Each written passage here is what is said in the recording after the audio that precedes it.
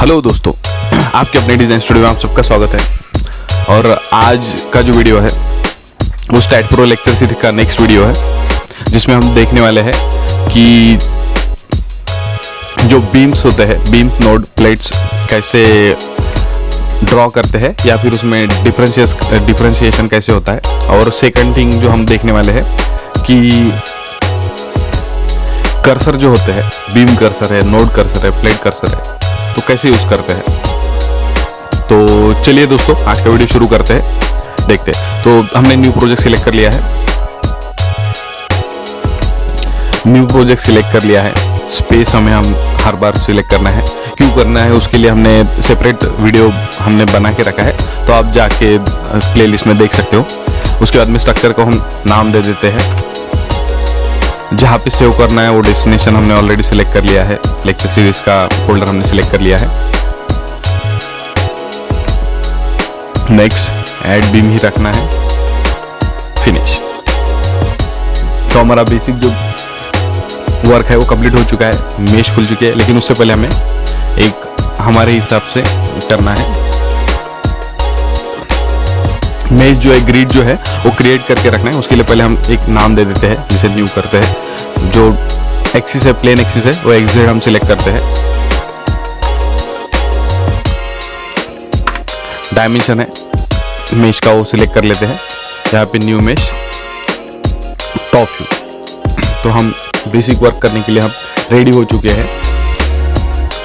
तो बेसिक हमारा पूरा सेटिंग हो चुका है। और जैसे हमें पता है कि कोई भी स्ट्रक्चर अगर ड्रॉ करना है तो उसकी शुरुआत होती है नोड से। तो हम यहाँ पे एक नोड क्रिएट कर लेते हैं। तो ये हो गया हमारा एक नोड। तो जैसे हमारा एक नोड क्रिएट हो चुका है, तो नोड है क्या, node what exactly the meaning of node. Node के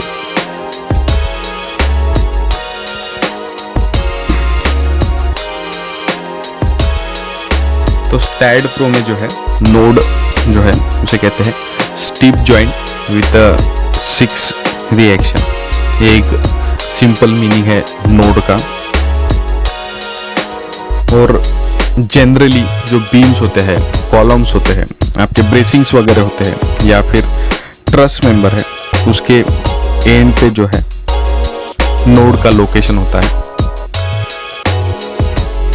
और लार्जर अगर प्रोस्पेक्ट में हम देखते हैं तो node is the essence of geometry of the structure in STAAD pro.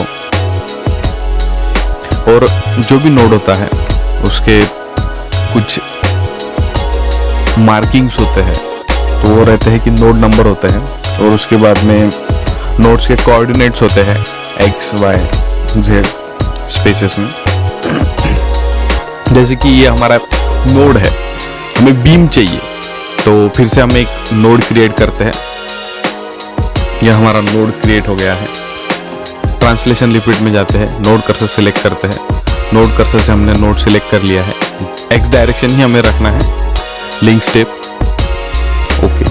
तो ये हमारा जो है बीम जो है क्रिएट हो चुका है। तो स्टैट प्रो में बीम किसे कहते हैं या फिर बीम की क्या इंपॉर्टेंस है वो देखते हैं।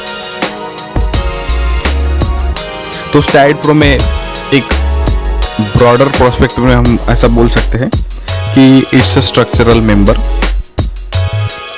और beam in STAAD Pro is something which can be act as a column, या फिर all the anything from braces, truss members, everything is considered as a beam और create as a beam. Then we differentiate accordingly. वो तो हम अगले जो lectures है उसमें देखेंगे कि कैसे बीम को हम डिफरेंशिएट करते हैं।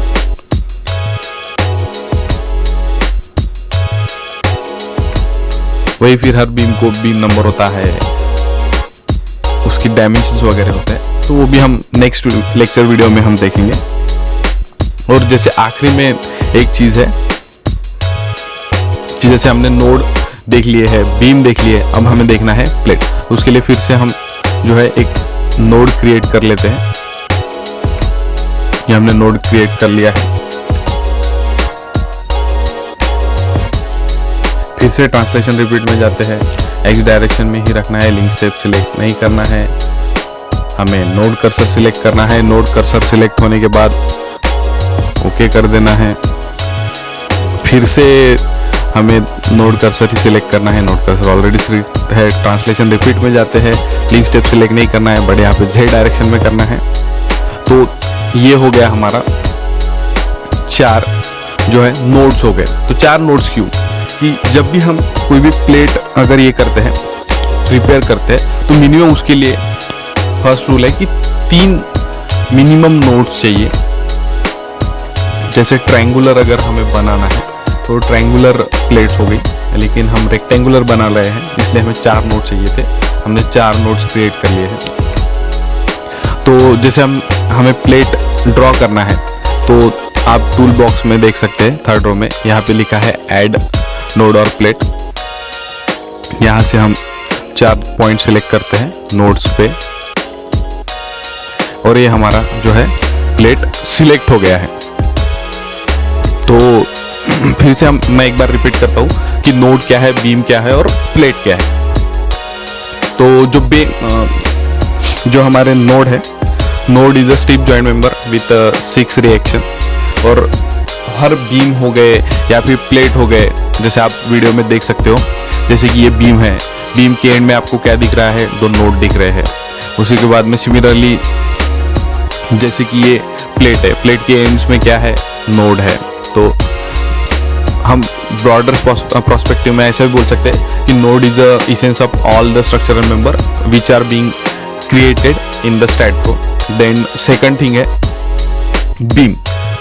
बीम को अगर लार्जर प्रोस्पेक्ट में अगर समराइज करना है तो हम ऐसा बोल सकते हैं कि all the members which are being created are beam. At the end of all the beam there are nodes. And जो प्लेट है तो प्लेट के बारे में हम ऐसा बोल सकते हैं, plate is nothing but the shell with multiple node. Minimum 3 nodes चाहिए कोई भी प्लेट अगर क्रिएट करना है तो। So these are the basic about the nodes, beam and plates. तो ये तो हो गया कि नोड किसे कहते हैं या फिर बीम किसे कहते हैं या प्लेट किसे कहते हैं। बट जैसे कि आप देख रहे हो, ऑब्जर्व कर रहे हो कि मैं हर बार सिलेक्ट करने के लिए अलग अलग कर्सर जो है सिलेक्ट कर रहा हूँ। तो ऐसा क्यों है? तो वैसा इसलिए है कि अलग अलग टाइप के रिक्वायर्ड मतलब वर्क जो है उसकी रिक्वायरमेंट होती है और उस हिसाब से हमें चीज़ें सिलेक्ट करनी पड़ती है। तो इसी के लिए स्टैट प्रो में ये एक अच्छी चीज़ है कि हर चीज़ को सिलेक्ट करने के लिए अलग से कर्सर दिए हुए हैं। जैसे अब मुझे सिर्फ ये नोड सिलेक्ट करना है या फिर ये बीम में नोड सिलेक्ट करनी है या फिर ये प्लेट में जो है नोड सिलेक्ट करना है, तो मैं क्या करूँगा, लेफ्ट साइड में आप देखोगे कि नोड कर्सर है, यहाँ से मैं नोड सिलेक्ट करूँगा, ये मेरा ये नोड सिलेक्ट हो गया। या फिर ये बीम में मुझे नोड सिलेक्ट करना है तो उसमें मैं नोड सिलेक्ट कर सकता हूँ, बट मुझे नोड कर्सर सिलेक्ट करना पड़ेगा। और सिमिलरली जैसे मुझे प्लेट में करना है तो मैं प्लेट में करूँगा। ऐसा क्यों? अगर मुझे जैसे सिर्फ कॉलम ऊपर ले जाने हैं तो उसके लिए ये ज़्यादा यूजफुल होता है नोड कर्सर। तो इस हिसाब से अगर मैंने नोड कर्सर सिलेक्ट किया है तो मैं सिर्फ नोड सिलेक्ट कर पाऊंगा, अदर चीज नहीं सिलेक्ट होंगी। देन नेक्स्ट जो है नोड कर्सर के नीचे है बीम कर्सर। तो इसके क्या उपयोग है वो देखते हैं। जैसे कि यहाँ पे सिर्फ नोड है, यहाँ पे मैं सिलेक्ट करता हूँ, यहाँ पे कोई बीम क्रिएटेड नहीं है तो कुछ भी सिलेक्ट नहीं होगा। नेक्स्ट चीज है कि जैसे यहाँ पे बीम हमारा क्रिएट है तो हमारा बीम सिलेक्ट हो जाएगा क्योंकि हमने बीम कर्सर सिलेक्ट किया है। सिमिलरली हम प्लेट पे आते हैं, यहाँ पे हमारा कोई बीम नहीं है तो कुछ भी चीज सिलेक्ट नहीं होगा। तो इसका ऐसा उपयोग होता है बीम कर्सर का। और आखिरी में हम देखेंगे प्लेट कर्सर। जैसे हमने प्लेट कर्सर सिलेक्ट किया है तो सिमिलरली नोड भी सिलेक्ट नहीं होगा, बीम भी सिलेक्ट नहीं होगा, सिर्फ जो हमारा प्लेट है वही सिलेक्ट होगा। तो इस हिसाब से जो है वर्क करते टाइम पे अगर हमें सिर्फ स्पेसिफिक कोई मेंबर जो है उसका ही एक्सटेंशन करना है या फिर उसको बढ़ाना है या फिर कहीं पे हमें शिफ्ट करना है तो बेटर हो जाता है कि हम स्पेसिफिक चीज़ सिलेक्ट करें और उसका एक्सपेंशन या फिर उसे कम ज़्यादा जो भी करना है वो करें, तो उस हिसाब से कर्सर होते हैं। हाँ, अब दूसरी चीज़ जो मेन पॉइंट है, अगर आपका सॉफ्टवेयर ओपन है और उसमें आपने टूल बार सेटिंग नहीं किया है तो वेरियस कर्सर ऑप्शन कहाँ से सिलेक्ट करें? तो 3 ऑप्शन है। अगर आपके पास टूल बार सेट है तो लेफ्ट हैंड साइड पे आपको कर्सर ऑप्शन मिल जाएंगे, नहीं तो सिलेक्ट में आपको जाना है। यहाँ पे node cursor, beam cursor, physical member cursor, plate cursor, surface cursor, solid cursor, सभी टाइप के कर्सर यहाँ पे मिल जाते हैं। तो इजीली आप सिलेक्ट कर सकते हो कर्सर। और अगर आपको और थोड़ा सा इजी वे में जाना है तो राइट क्लिक कीजिए, यहाँ पे सिलेक्ट कर्सर आते हैं और हर तरह के कर्सर आपको स्क्रीन पे अवेलेबल मिल जाएंगे। तो दोस्तों आई होप कि जो भी आज के लेक्चर की इंफॉर्मेशन है आप सबको यूज़फुल होंगी, आपको स्टार्ट प्रो सीखने में या फिर आपका जो वर्क क्वालिटी है उसको इम्प्रूव करने में मदद करेंगी। तो दोस्तों इसी के साथ हम जो है आज का वीडियो समाप्त करते हैं। हमारे चैनल को ज़्यादा से ज़्यादा लाइक कीजिए, सब्सक्राइब कीजिए। आपके जो भी सजेशंस होंगे, कुछ क्यूरीज होंगी तो आप ज़रूर कमेंट करके हमें बताइए। जय हिंद।